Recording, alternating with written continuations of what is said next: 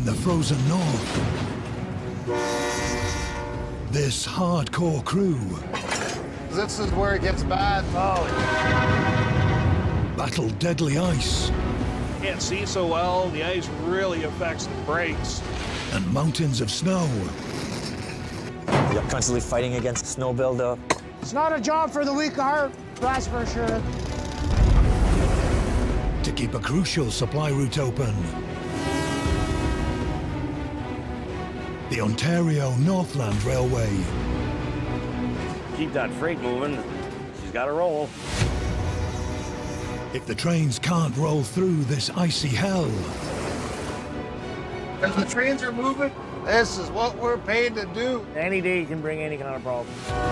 the communities here may not survive. The train is vital for them. There is no road.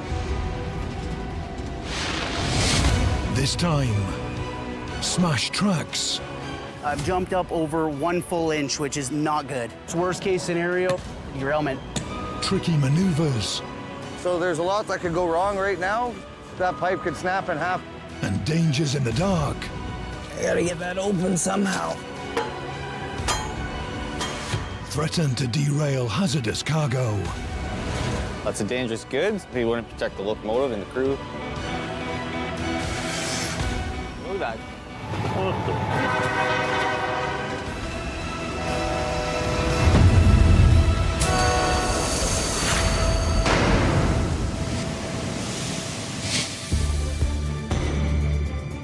One of Canada's most extreme stretches of railroad, the Ontario Northland Railway, was built almost 120 years ago.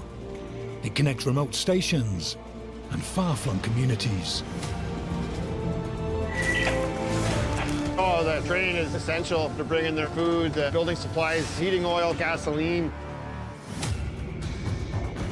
It serves almost 100 towns and villages in the frozen north. From Moosonee, down through the freight hub of Cochrane, branches spider out across Ontario to towns such as Iroquois Falls, Hearst, and Timmins. The line extends as far south as North Bay.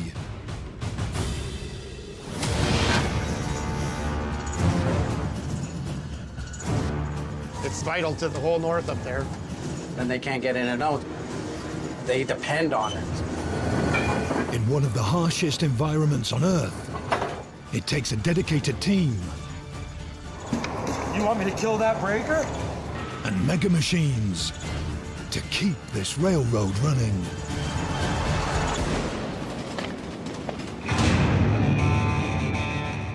It's 7 a.m. and this freight crew is heading south on an epic mission. Conductor Dave Lidster is in charge of the cargo, and at the train controls is veteran railroad engineer Arnold Bailey. I hired on. Pushing 35 years here now. I enjoy coming to work every day. Arnold has been committed to the railway from day one. My son was 2 weeks old before I even seen him. I was away. I was in school, become an engineer at that time. Even though Arnold missed the birth of his first child, he's a family man now, that's for sure. Fortunate enough to have 6 grandkids, more the merrier. Get a hockey team going. Dave's just had a baby not long ago. Yeah. Working on another one, I bet. Not yet.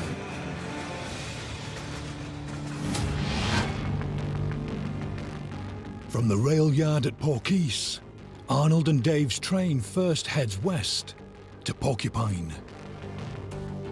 Here they must load up 2 cars of ultra-pure sulfur dioxide, then haul it to the freight hub of Englehart. At Englehart, the team will switch out with a new crew and add more cars of lumber and paper.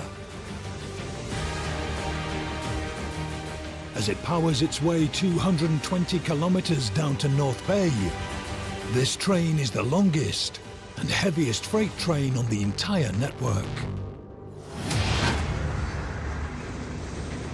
Dave and Arnold's first job load the train with a consignment of sulfur dioxide, a specialist load that requires skillful handling by the team. You can't have it next to the engine. You must have a non-dangerous car next to the engine, and then you can have the sulfur. The train pulls into the sulfur dioxide plant.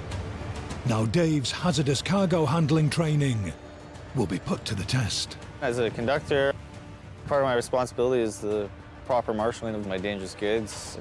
In case of any incident, you need to know the location of that car, specific car, the car number, the commodity in the car.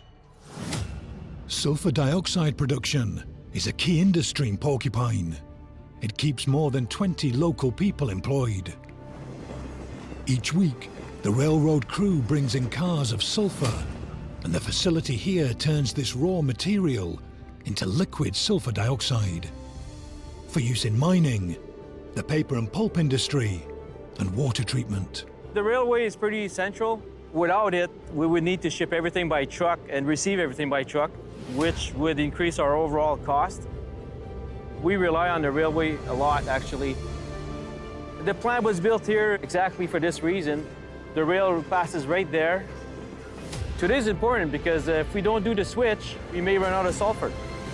So if it doesn't happen, it's bad for us. Facility operating engineer Joey Zeminski gears up to switch out the cars of finished product for the cars of sulfur. The cars are adapted with the proper safety devices to protect personnel as well as the environment. You can have up to 20 cars on site at any given time, so there's a lot of logistics and planning to go ahead with the switching. Sometimes we need a car that's in the middle of all the other cars, so there's a lot of pulling out and backing up. Dave offloads the first cars of sulfur for Joey to inspect. When the sulfur arrives on site, it comes in a solid state, so we have to heat it up with steam to make it molten. The rail cars are specially adapted. A network of steam coils wrap around the insulated cylinders. Steam flows through the coils to heat up that sulfur to a molten state. This is how we get the sulfur from the rail cars into our process. This is our sulfur loading arm. We connect the arm to the rail car and then use a pump to pump it. We have to keep everything warm to keep that sulfur in that liquid phase. Once the molten sulfur has been processed in the facility, tons of liquefied ultra-pure sulfur dioxide are pumped into each empty rail car. Ready for conductor Dave to carefully connect up to the freight train, bound for Englehart. That's a dangerous good. You wouldn't be able to have it next to the locomotives. You would need what they would call like a buffer car to essentially protect the locomotive and the crew in case of a breach. With the hazardous cars carefully positioned in the train, Dave and Arnold can hit the road with their fresh consignment of sulfur dioxide. It's over 150 kilometers to Englehart, but an ultra-high-tech annual track inspection could put this journey into jeopardy.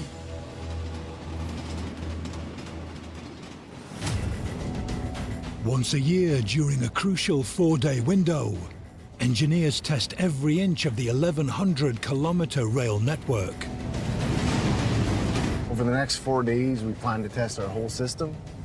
So we have to run this test once a year. So we'll be pretty much living on the car for the next 4 days to ensure that we get the whole system tested. To do this, engineers rely on this specialist train car. It uses lasers and cameras to forensically map each section of the tracks. So this test car has lasers and other instruments to measure the profiles of the rail, make sure we don't have geometry defects, and that creates potential for derailment, so that the car will find a defect. So if the defect is bad enough, we have to do an emergency repair before we put a train over it. But today, Mother Nature isn't on their side. Heavy dumps of snow are wreaking havoc with the equipment. We arranged to have a crew go out in front of us because there was a skiff of snow on the rail, and we want to make sure we get that off of there so it's not confusing the lasers.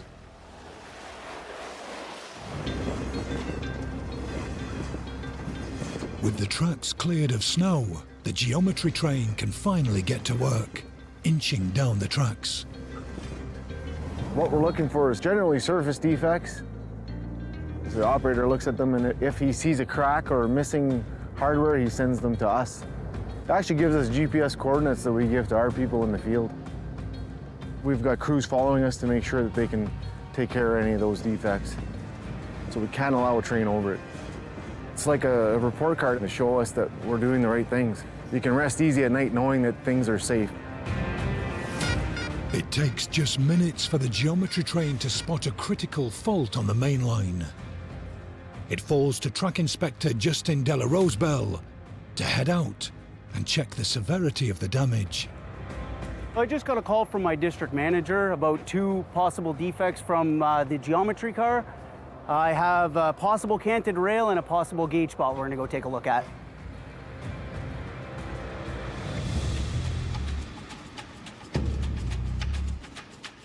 On board the freight train, Arnold and Dave know any gauge defect must be fixed fast. It could cause a derailment.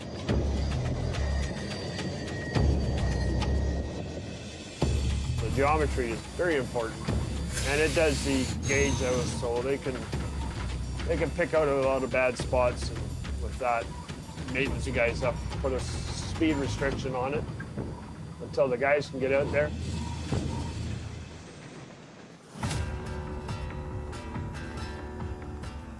To the south, Justin is dispatched to check out a potentially dangerous track problem picked up by the geometry train. It could mean closing down the main line. Justin has been working on the railroad for over 10 years and loves the job most of the time. I love it being out here with Mother Nature. You can't beat that, the fresh air. The downside of things, it's a very big responsibility. Having to, be responsible for the tracks and train and people's lives in my hands is very stressful sometimes. Today looks like it's going to be one of the most stressful days for Justin. The geometry car has found some surface gauge spots. If these defects aren't fixed, it could cause a derailment. The geometry train sends Justin the GPS coordinates of the defect. Now at the site, he needs to assess the scale of the problem, and it's not looking good. So as you can see, we've got some pretty defective ties. They're cutting into the plate, and it looks like not much is holding it. So I think this might be our spot. I'm gonna go grab my level board and gauge, and we'll have a look. The gauge is the distance between the rails. It must be 143.5 centimeters to keep the train's wheels on the track. We're gonna take a couple measurements. So gauge is measured from inside the rail to inside the rail, and always under the lip and overflow. So as I suspected, this is definitely our spot. We have what's called a rapid change of gauge. So within a 3 or 4 tie space, I've jumped up over 1 full inch, which is not good. A wheel from the engine or any car could fall in if the gauge is too wide. So I think our best bet here is gonna be to change a couple ties in this area and eliminate the problem. But rail tie replacements are not a quick fix, and Justin has no choice but to close down this section of the line. He needs track engineers on site fast. ON Track Inspector Justin Della Rosebell, this is ON Foreman Brad White, over. I found the gauge spot from the geometry car. We're gonna need to get them changed up here before the train. Okay, sounds good, ON crew ready, and we'll head towards you. The freight train crew is ordered to slow right down. This should give the track crew a chance to fix the gauge defect ahead. Arnold's experience means he knows how grave a rapid change in gauge could be for his train. Our wheels are only so wide, and they got to fit on the rails, and if the gauge gets too wide, we're going to fall in between it. I'll have Steve Dawson use the claw bar, pull the spikes. Further south, the track engineers arrive to fix the gauge defect. But the clock is ticking. We have about an hour to do the job. Heading up this crew is foreman Brad White. Go to get the jacks and get the rail up enough to get the plates out. Brad needs this operation to run like clockwork so they can clear the line and get the freight train through. We'll pull the inside spikes and the outside spikes on each tie. First job, free the rotten old timber rail ties so they can be removed and replaced. The spikes are being removed so that we can jack the rail and remove the plate. To complete the fix in record time, Brad calls in some mechanized muscle. Okay, our backhoe's arriving. But before the machine can tug out the ties, the team has to raise the rail. He's just moving some ballast, making a hole for the track jack. Digging out the ballast eats up precious minutes. But finally, the first jack is installed under the rail. He's gonna give it 2 notches on the jack, 2 or 3 notches, enough that we lift the rail enough. Each jack can lift up to 15 tons. Now he'll take the bar, move a bit more rock. Finally, the plates are removed. Now the mighty machine can make its mark. We'll be hooking on momentarily with the clamp to pull the tie out of the track. The team is running out of time. They have just 30 minutes left to make the fix. Brad needs a plan, and fast. The freight train has slowed, but it cannot be delayed much longer. Engineer Arnold does not take the track engineering crews for granted. These guys are out on the track, fixing the track. They're outside swinging hammers, working in all the weather conditions. They have it pretty tough. I wouldn't want their job. Yeah, they keep us moving along pretty good, unless there's an emergency beyond their control. Foreman Brad is trying to take control of this emergency. The team is racing against the clock, but Brad has come up with a plan to speed up the fix. Okay, so what we're gonna do is we're gonna pull both ties at the same time here and put the 2 back in at the same time also. The hydraulic backhoe claw attachment makes quick work of hauling out the ties. Mike, we're ready for you to put the ties back in, please. Thank you. And luckily for Brad, the new ties slip under the track like greased lightning. Now it's a race to the finish line. Backfill the ballast and spike the track to the ties. We're ready to start spiking ties, and Dave is spiking the new ties. Brad and his crew have done it. With the last spike driven, they can clear the line just in time for Justin to reopen the track. It's Track Inspector Justin Della Rosebell. I just want to show the main line back in service.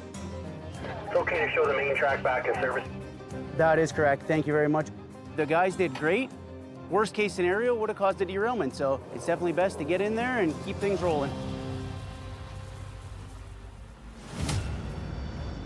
It's a clear run into the freight hub of Englehart. Conductor Dave and engineer Arnold have completed their mission.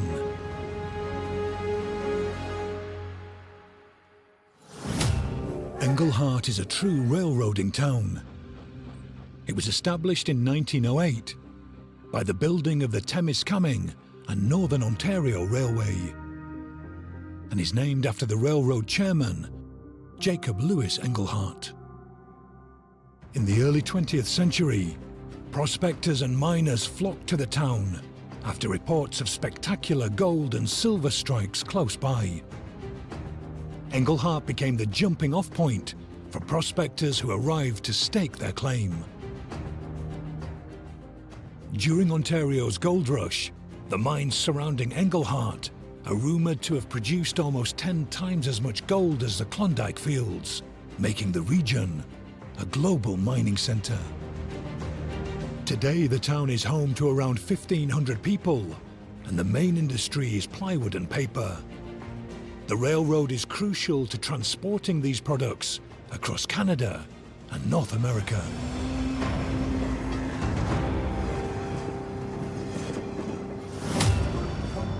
Dave and Arnold's cars of liquid sulfur dioxide, lumber and paper can now be hooked to the network's ultimate train.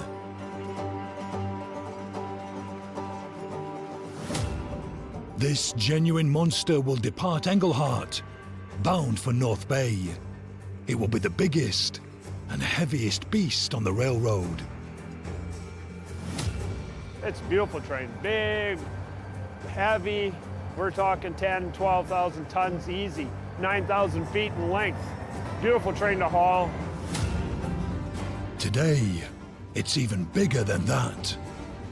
But it's not Arnold hauling this 14,000-ton, 2-kilometer-long behemoth. Roll by is good. Have a safe trip and a great day, guys. Roll by is good. You have a good day too, Craig. Thanks. The task of guiding all 124 rail cars 5 hours south to North Bay Pretty big too, eh? falls to engineer Phil Selman and newbie conductor Robbie McPherson. I'm just gonna wave at my kids here. Oh, there they're waiting for you.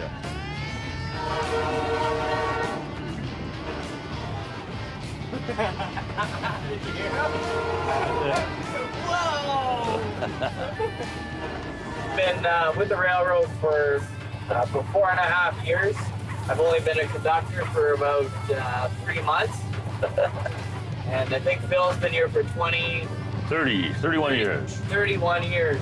I used to swing a hammer and get all sweaty, and this is a lot better. I used to do the other part of the job, of the track, so I'd rather sit in a chair than change rails. The southern section of the Ontario Northland Railway is the most challenging part of track to navigate.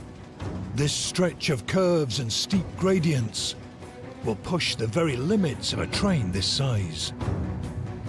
It's pretty twisty and hilly. It's quite the roller coaster ride. Sometimes you'll get something, pull the train apart because part of the train's still coming over the hill and the other part's still on the other side of the hill. It doesn't really concern me because if I pull it apart, the conductor fixes it. But there's one thing that might concern Phil, and it's no joke. Towards the southern end of the Ontario Northland Railway,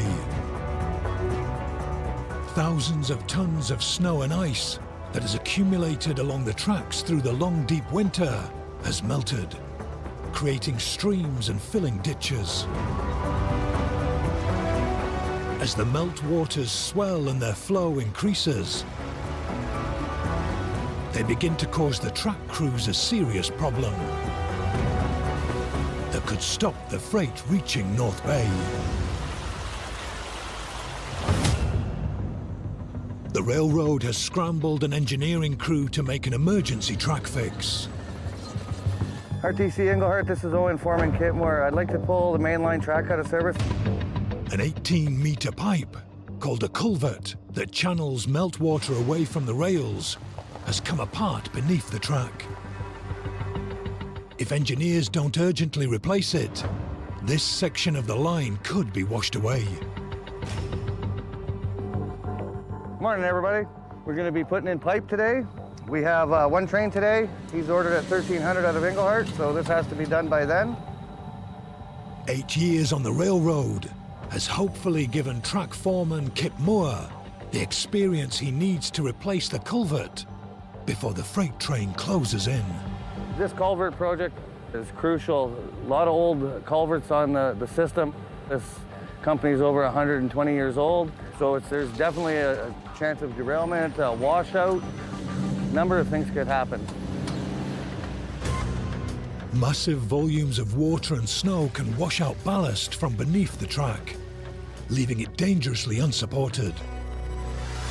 To protect the track, workers install a network of drainage pipes, known as culverts, to safely channel the water under the track.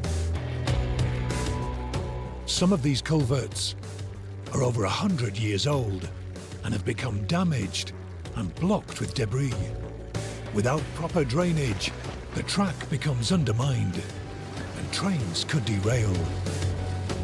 To repair these pipes, the teams must remove sections of rail track, dig out the old pipes, replace them, and then rebuild the section of track. This needs to be done within the next hour and a half because we have a train coming out of Englehart. It has to go through. So today, our main focus is to get that pipe in, get the track back in service. Their only hope of getting the job done in time is this 34-ton high rail excavator. First job for this hydraulic Hercules and its driver Jacob. Pull out the rail ties beneath the track. Without this excavator, we'd need more manpower because this is a big job, a very big job. To make matters worse, this big job needs an extremely delicate touch. A network of multi-million-dollar fiber optic cable runs alongside the track. That cannot be touched. It has to be hand dug. And if we do destroy it, internet's down, bank machines are down, computers are down from here to Toronto. This is one of the more difficult ones. Not only must Jacob and his excavator meticulously avoid the buried cable, he must also dig between the rails with surgical precision. This is the tricky part where his bucket just barely fits between the track. If he hits that rail, he could buckle our track, which is not a good thing. So there's a lot that could go wrong right now. The track section ahead of the 14,000-ton train is now closed until the crew has replaced the culvert. If we can't pass it, then they got to fix it before we can go. So the faster they can work, the faster we can move. If everything was perfect, it would probably be about a 4-hour run. But because we have these slow orders and things, then it just adds time. Engineer Phil needs to get the train through to North Bay, but they can't risk a derailment. Like, they make the track safe, so if they don't do their job, we don't really have a job. Less than an hour down the main line, the operation to replace the culvert has reached a critical phase. The pressure is on digger driver Jacob. Hit either of the rails, and he risks buckling the track, closing the main line for hours. But after minutes of anxious excavation, Jacob gets a grip and uncovers the culvert. Well, as you can see, the excavator just pulled half the pipe out. Doesn't look very good. Good thing we're replacing it now. Almost looked like that collar come apart, eh? It's like performing keyhole surgery with a hand axe. All of Jacob's 12 years of experience behind the digger controls is needed right now. We got to get the pipe put in and get that track back in service before that train comes. If we delay this train, all sorts of businesses don't get their product on time. It's not good for the company. We try our best to keep that train on time and on track. What do you think? Ready for the pipe? We better get going on it soon because the train's coming. But the problems aren't over yet. Okay, is you ready for the pipe? Just as they raise the 18-meter-long, 60-centimeter diameter pipe, the icy winds pick up speed. It's going to be hard to control this pipe. It could be very dangerous. That pipe could snap in half at any moment. Super windy.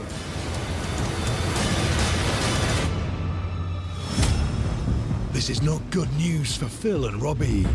Their vast train is now closing in. The network's heaviest and longest train is making good progress towards the site of their track fix. Like, if they can't get their job done, then we basically have to sit and wait until they do. Those guys, we need them out here to keep us safe and keep the freight trains moving. That way we feel a lot safer when they're out here doing their job. Ahead, Foreman Kip is under pressure to position his pipe. Got to get it turned around to get it underneath the track. But the wind is turning this operation into a perilous arm wrestle. Carl, throw me that glove up. They must control the swaying culvert, rotate it 90 degrees, then thread it under the track. It's quite windy, but now we got it in. We're starting to backfill until we get to where we can put our ties in. Gonna run the packer over all of it, eh? Then they must carefully pack 100 tons of soil back on top of the new pipe. Hopefully our machine doesn't quit on us. Not until the track's back together. It's not smooth sailing until everything's said and done. The excavator makes quick work of the backfilling. Now to reinstall the ties. After spiking down the rails, need to smash with the hammer? Yeah, keep it like that. Kip's team has done it. RTC Englehart, it's Foreman Kip where I like to put mainline track back in service. All repairs are done. They clear the line just in time for the network's biggest and heaviest freight train to pass over the top of the brand new culvert.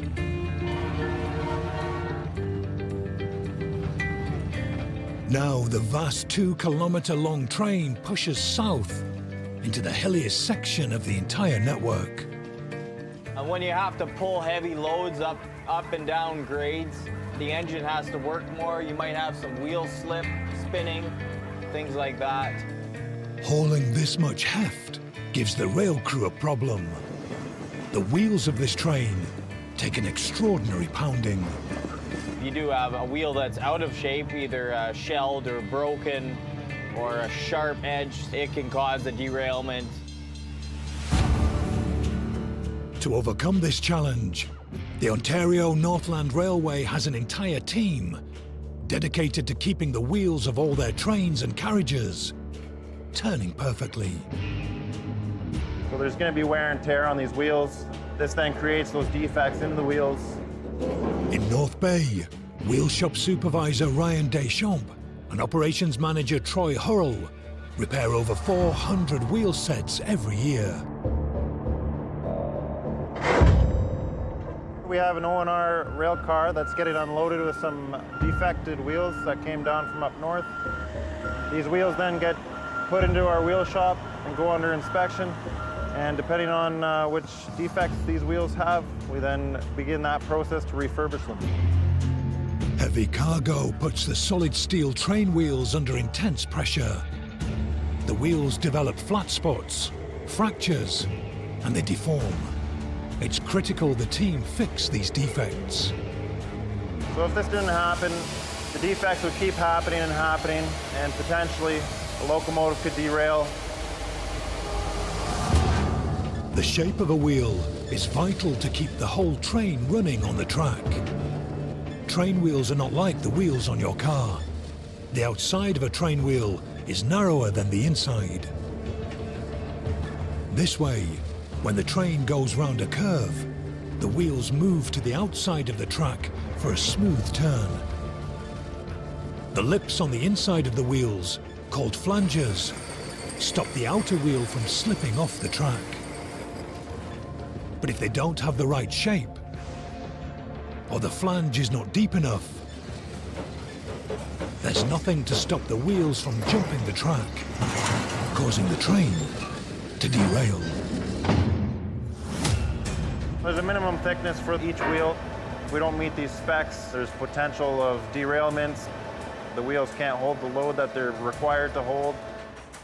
To keep the wheels in shape and the trains on the track, wheel shop workers use a unique machine, the Wheel-O-Matic. What this machine does is it reprofiles the wheels. The machine slices off just enough material to get rid of the defects and bring the wheel back to the correct shape. If the wheels can't be saved, all is not lost. The team can recycle the axles by fitting them with new wheels, known as blanks. This machine here is our 400-ton press. This is the process to build new wheels. What we're doing is installing new blanks on the reconditioned axles. Currently, you'll see Claude over here right now getting ready to lift an axle out of the axle lathe. Each one of these wheel sets weigh between 4,800 and 5,800 pounds. We got to use a special sling with a protector on it so we don't hurt them. This heavy hauling hardware is now ready to be reinstalled beneath a locomotive. All set to take the weight of freight for thousands of kilometers.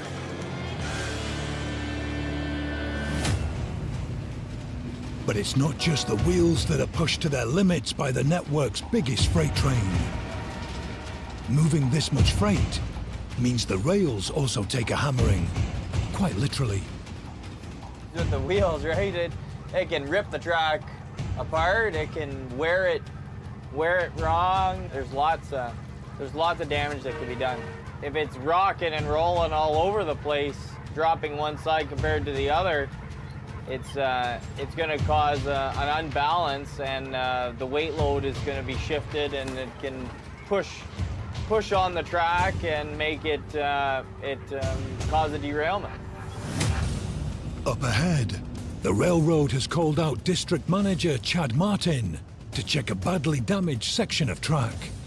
And it's not good news. So a lot of these pitted areas, if left, will cause rail defects. You could have unstable loads. Wheel spin, the extreme freezing temperatures, and the uneven skidding of wheels around the tight curves here causes a devastating rail condition called corrugation. Over time, that causes this corrugation effect, which makes small defects in the top of your rail, and if left, can cause internal rail defects. Rail breaks eventually. Can cause a defect called piping, where because of the hammering in the top of the rail, the inside of the rail will actually split open and cause like a pipe defect. Before the 124-car train can pass through, Chad needs to call in the big guns. A 1,200 horsepower grinding train to smooth out the corrugation. It has many grinding discs, which will take off all this flaking and pitting in the rail and bring it back to somewhat of a new rail head. Machine operator Jamal can adjust the angle of the 24 high-speed grinding discs to shape the perfect railhead. So pretty much I control the grinding everything up here from the computer. It takes a lot of concentration. So yeah, there's a lot of pressure.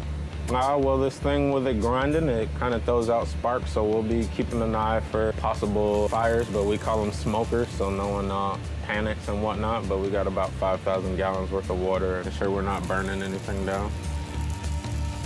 Jamal and the grinding train must make 3 passes over the defective track.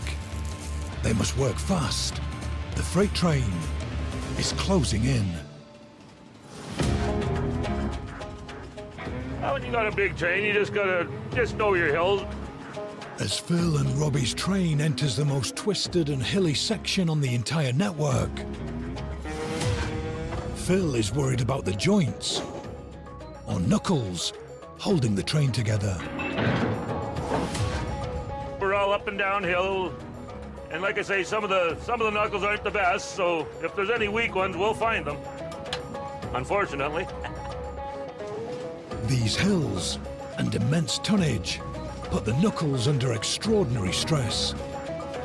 Well, right now we've been climbing a hill for about 3 miles. Now another mile or so we'll climb a hill again.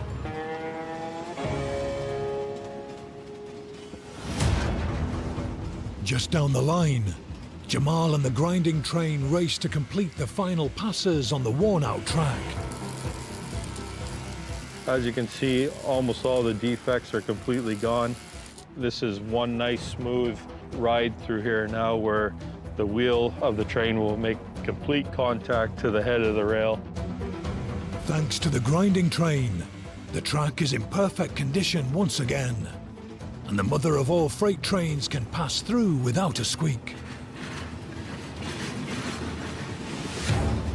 5 hours, and one track problem after another has pushed the freight team behind schedule.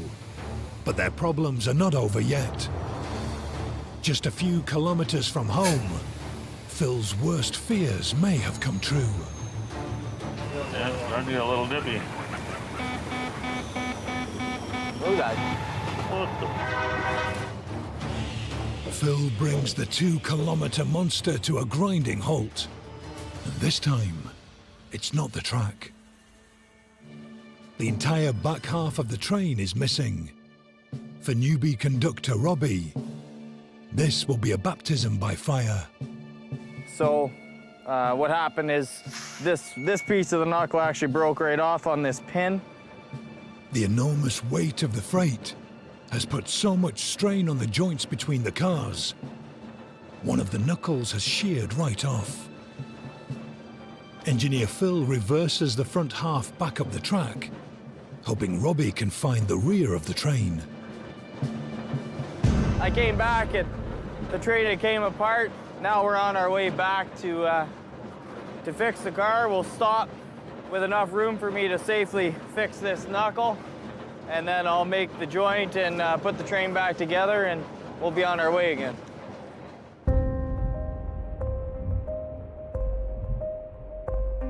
They found the missing cars, but with the light fading fast and temperatures plummeting, this will be no easy fix, especially as Robbie has only ever changed a knuckle once in training. I gotta get that open somehow. To do some real MacGyvering now. Although Robbie has fitted the new knuckle, he can't persuade it to open or close. All right, so this knuckle is jammed in here. Train knuckles should automatically lock onto each other when they collide. But whatever Robbie tries, his new knuckle will not close, and the train will not lock together. He needs to find a way to free up the new knuckle, so it will clasp onto the other knuckle and connect the train once more. With a little help from his friend, Tommy Bar, Robbie eventually frees the jammed knuckle and reconnects the train. Stop there. Okay, so right now I'm cutting the train back in. Everything should be good to go. That's my second knuckle ever. First one was on my training. What can you do about it? You just gotta fix it and keep on going. Thanks to Robbie's heroic effort to save the train, Engineer Phil can carefully ease the 124 cars of freight into North Bay. Better late than never. We had one hiccup or whatever, but other than that, I think we did pretty good. We made it down here. The track maintenance team there, they did a good job on our line today, and we all got here safe. Whenever the phone call rings next, I'll be on whatever train there they need me. It's taken the hardest working railroad engineering team in the business. I just want to show the main line back in service. Okay to show the main track back in service. A laser-sighted high-tech geometry train. So the car will find a defect. We have to do emergency repair before we put a train over it. And the heavy hauling cargo crews. We're all one big team, and if we work together, we get the trains over. To keep the freight rolling on one of the world's most extreme railroads.